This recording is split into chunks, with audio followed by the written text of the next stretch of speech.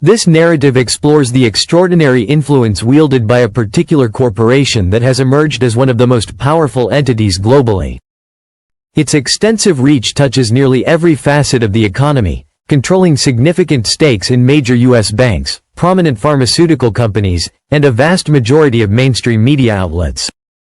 Remarkably, this corporation possesses approximately 10% of presidential stock on a global scale, indicating its deep entrenchment in political and economic systems.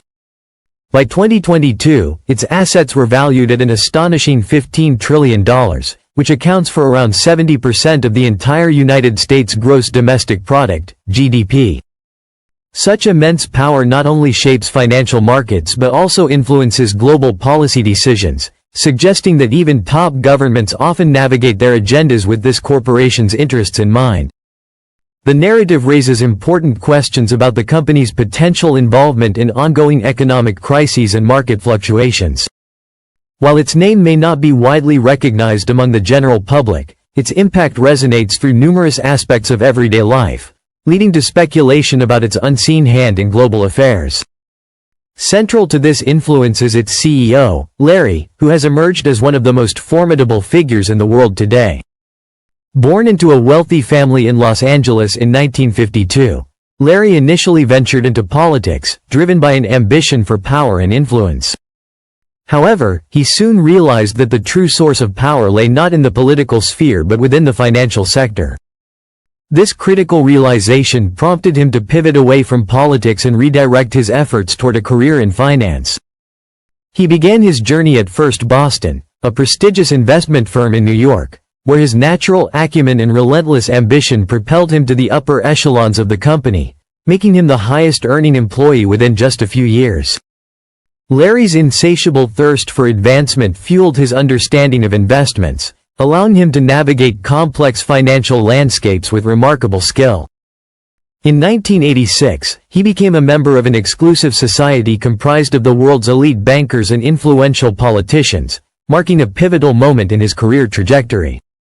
Just 2 years later, in 1988, he founded a company that would ascend to extraordinary heights, establishing itself as a dominant force in global finance over the next 35 years.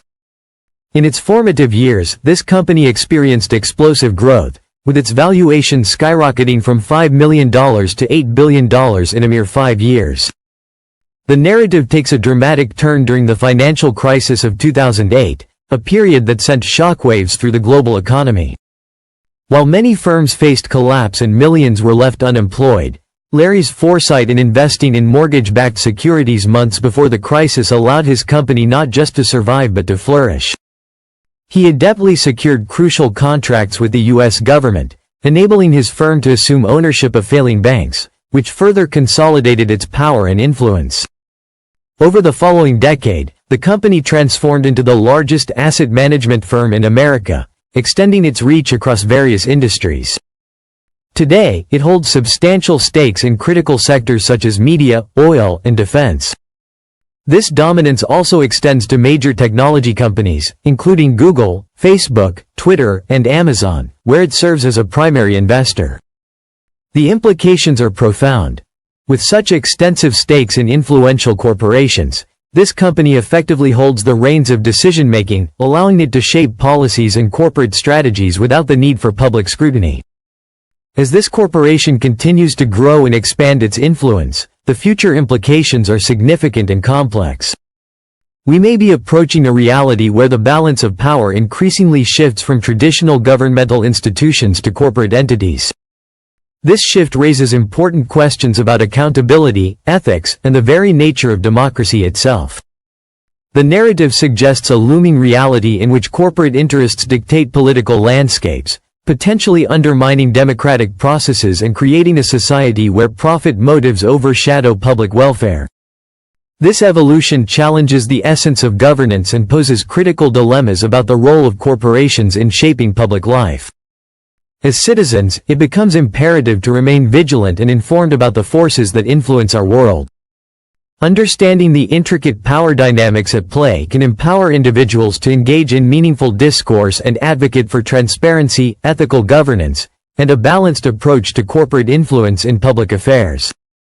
Moreover, this narrative invites reflection on the kind of future we envision and the systems we wish to uphold in an increasingly complex global landscape. As we move forward, it is crucial to recognize that while corporations can drive innovation and economic growth, unchecked power can lead to significant ethical concerns and societal imbalances.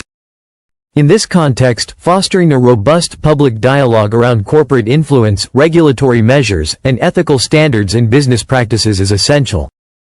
Encouraging accountability and ensuring that corporate interests align with public good can pave the way for a more equitable society. Ultimately, as this story unfolds, it calls for a collective effort to shape a future where democratic values and the